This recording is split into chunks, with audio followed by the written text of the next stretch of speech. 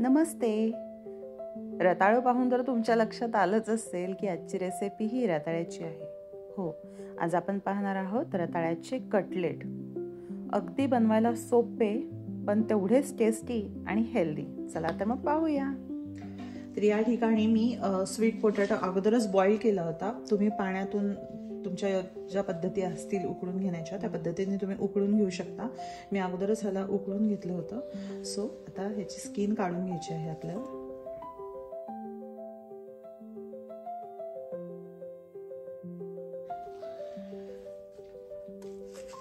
आपल्या आवडीप्रमाणे तिखट. सो मी इथं 2 मिरच्या घेतलेल्या आहेत आणि थोडंसं आलं. जर तुम्ही उपवासाला आलं खात असाल तर तुम्ही तेही टाकू शकता याच्यात.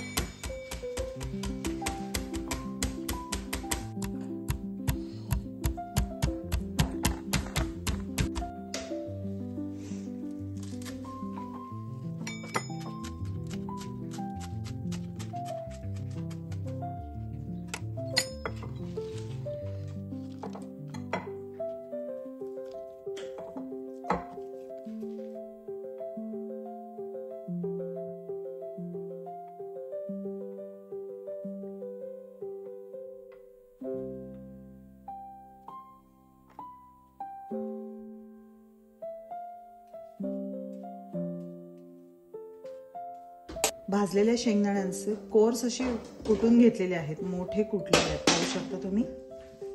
मी राजगिरा फ्लॉवर घेतलेला आहे. हे बाइंडिंग साठी आहे, अगदीच म्हणजे रताळ्याची पूर्ण बनत नाही टिक्की म्हणून एक साधारणपणे 2 चमचे सध्या मी यूज केलेला आहे. सो आता आपण हे छान असं एकजीव करून घेणार आहोत.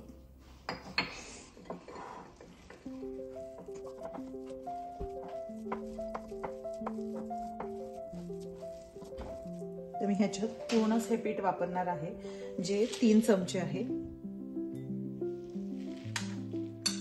डिपेंड्स ऑन तुम्ही रताळं किती घेताय त्याच्यावरती. तर साधारणपणे तुम्ही पाहिलं तेवढ्या मोठ्या रताळ्यासाठी मी इथं 3 चमचे राजगिऱ्याचं पीठ घेतलेलं आहे.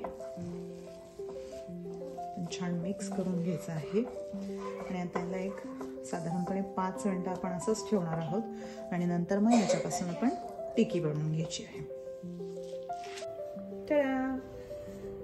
आता आपण यांना मस्त शॅलो फ्राय करून घेणार आहोत. ठिकाणी मी पॅन ठेवलेला आहे.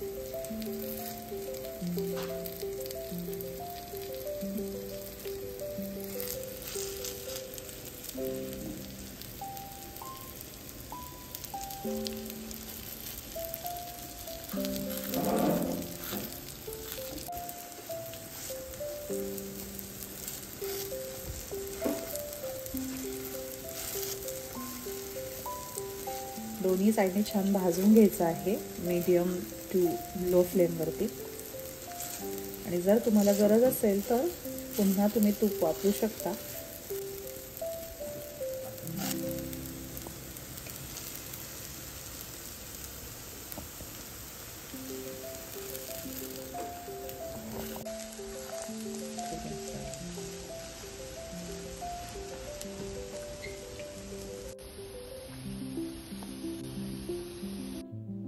दिसायला तर अगदी अप्रतिम दिसत आहे.